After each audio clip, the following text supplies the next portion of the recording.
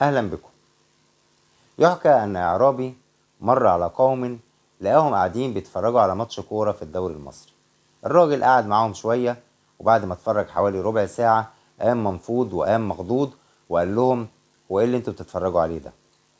الدوري المصري يعني حقيقي أصبح متعب جدا في كل شيء، سواء في الرؤية البصرية، التصوير والإخراج والإضاءة والملاعب، أو حتى في السمع زي المعلقين اللي احنا بنسمعهم دلوقتي، أو الطامة الكبرى وهي التحكيم المصري. التحكيم المصري حالة أصبحت ميؤوس منها، مفيش أي أمل في إصلاح التحكيم المصري. اللي احنا بنشوفه في الملاعب المصرية كل يوم شيء لا يصدقه عقل، زي ما كانت بتقول شويكار في أفلامها. التحكيم المصري غريب جدا. بنقعد دايما نقول ان احنا حكامنا كويسين وحكامنا بس مستواهم سيء وهيتحسن وي وي، انما للاسف التحكيم المصري ما بيتحسنش. وهنفضل طول العمر نفضل نقول التحكيم ما عندوش توجيهات، والتحكيم ما بياخدش رشاوي، والتحكيم ما اعرفش ايه، بس هو مستوى سيء.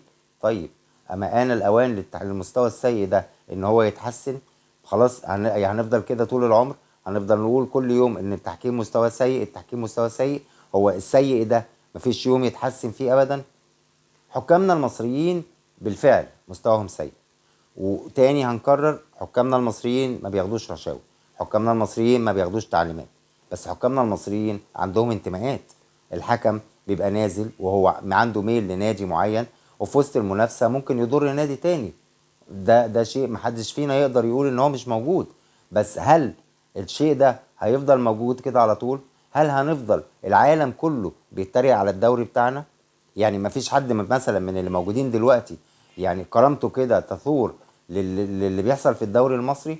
مفيش حد فيهم بيسمع اللي يتقال عننا في الدول العربية ان الدوري بتاعنا ضعيف، وان البيئة بتاعتنا طاردة للاستثمار الرياضي، وان البيئة بتاعتنا معرفش ايه، وان حكامنا سيئين، وحكامنا. يعني هنفضل كده على طول؟ الحكام المصريين حتى على المستوى الجسدي، اغلبهم، مش هنقول كلهم، اغلبهم جسدهم مش جسد حكم خالص. ده مش جسم حكم خالص. ده ممكن يكون جسد يعني مبيض محارة، جزار في محل جزارة، اي حاجة، سواق تاكسي، سواق توك توك. طبعا مع احترامنا الشديد لكل اصحاب المهن دي، بس دي مش اجسام حكام رياضيين ابدا، مش حكام ملاعب. على فكرة، الحكم طول المباراة وهو بيجري، يعني اللعيب ممكن يتبدل. اللعيب لو مثلا حس ان هو مش قادر يكمل هيخرج وينزل لعيب تاني غيره. الحكم لا، الحكم بيكمل المباراة 90 دقيقة من اولها لاخرها. يعني المفترض ان لياقة الحكام تكون عالية جدا.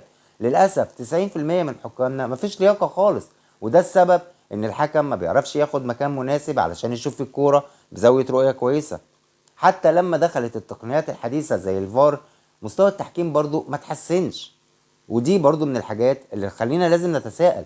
الفار داخل علشان يساعد الحكم، بس يساعده ازاي؟ الالعاب اللي الحكم ما بيشوفهاش، الالعاب اللي بتكون صعبة ان الحكم يشوفها من الرؤية في الملعب. مش معقول هنفضل طول ال90 دقيقة كل كورة عايزين الحكم يجي يشوفها في الفار. فاولات ما بتتحسبش، يعني ضربات حرة بتبقى برضه ما بتتحسبش، رميات تماس بتتحسب غلط، ضربات ركنية بتتحسب ضربات مرمى. طبعا دي العاب الفار ما بيتدخلش فيها. بس صدقني، احنا لو طبقنا الفار في كل لعبة خلال ال 90 دقيقة هنلاقي الحكم لازم يروح للفار في كل لعبة بيحكمها، لان الحكم فعليا 50% على الاقل من قراراته غلط. طيب هنفضل كده لغاية امتى؟ يعني هو ده السؤال المهم. ما هو احنا مش هنفضل نشتكي نشتكي نشتكي ومفيش اي حلول بتتعمل. مش هنفضل نشتكي نشتكي نشتكي ومحدش بيعمل اي حاجة ومحدش بياخد اي قرار. اللي انا اعرفه علشان نبدأ في اصلاح منظومة التحكيم ان الحكم اللي مستوى سيء يقعد في البيت يشوف اي شغلانة تانية. على فكرة، مفيش حكم في بطاقته المهنة حكم كرة قدم، ده مش موجود. هتلاقي الحكام يا بيشتغل في شركة بترول، يا بيشتغل في شركة حد من رجال الأعمال، يا بيشتغل في بنك، الحكام كلها كده. كل حكام الدوري المصري ليهم شغلانة تانية. فلو انت مش قادر تحكم ومش قادر مستواك يترفع، اقعد في البيت اشتغل شغلتك الأصلية. هو محدش قالك ان انت لو بطلت تحكيم هتموت من الجوع.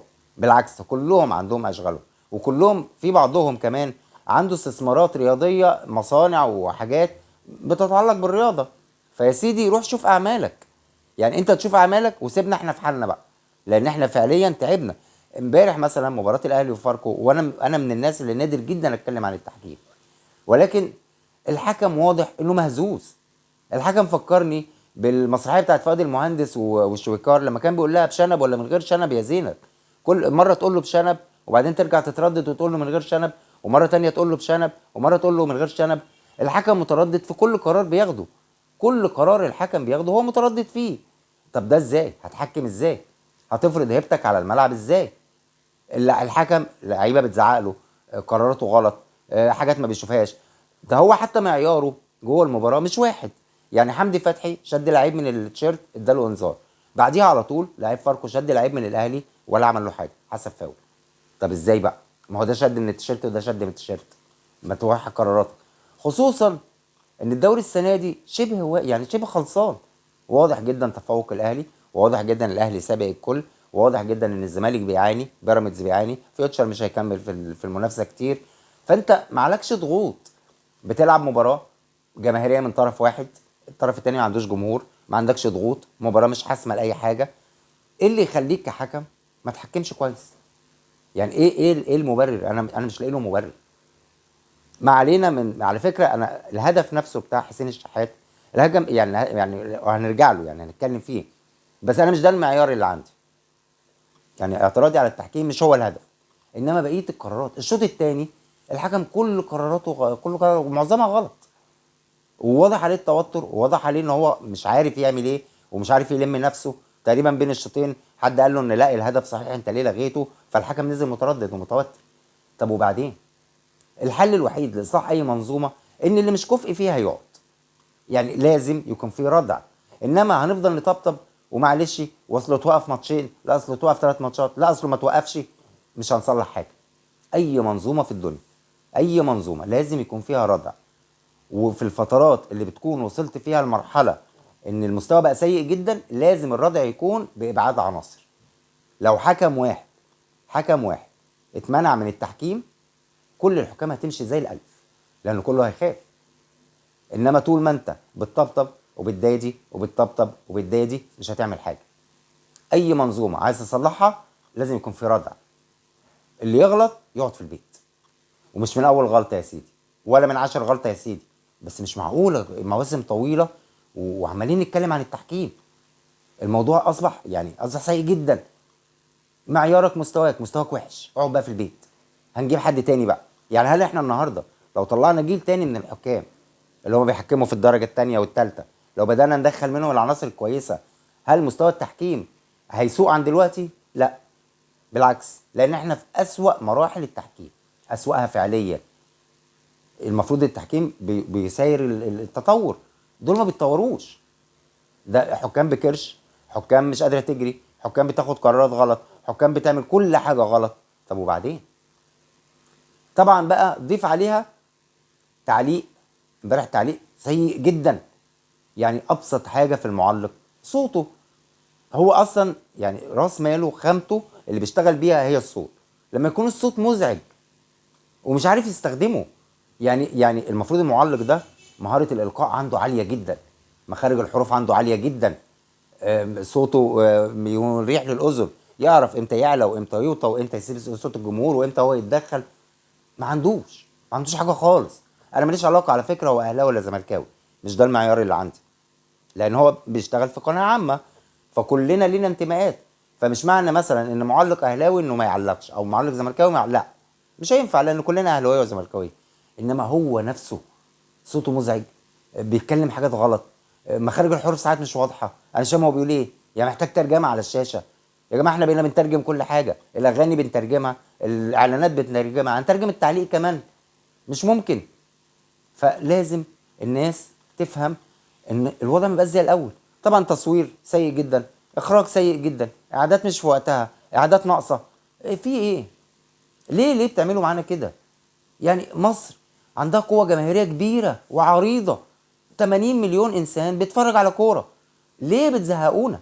وليه بتفتح مجالات ان الناس تتكلم في حاجات كتير؟ ما تخلينا نتكلم في الكوره، عايزين نتكلم عن الكوره بس. ادي كل طلبنا. عايزين نخرج بقى من ان احنا كل مباراه نتكلم عن التحكيم، كل مباراه نتكلم عن الاخراج، كل مباراه نتكلم عن ايه يا جماعه في ايه؟ مش ممكن بلد كامله ما فيهاش 20 حكم كويس. بلد زي مصر بعراقه مصر ما فيهاش 10 معلقين كويسين. في ايه؟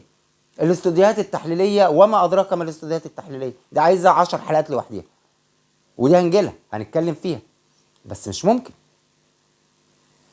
ده كان كلام لازم نقوله، يمكن حد يتحرك ويمكن حد يرد على سؤال الاعرابي اللي ساله لنا في الاول: انتوا ازاي بتتفرجوا على الكلام ده؟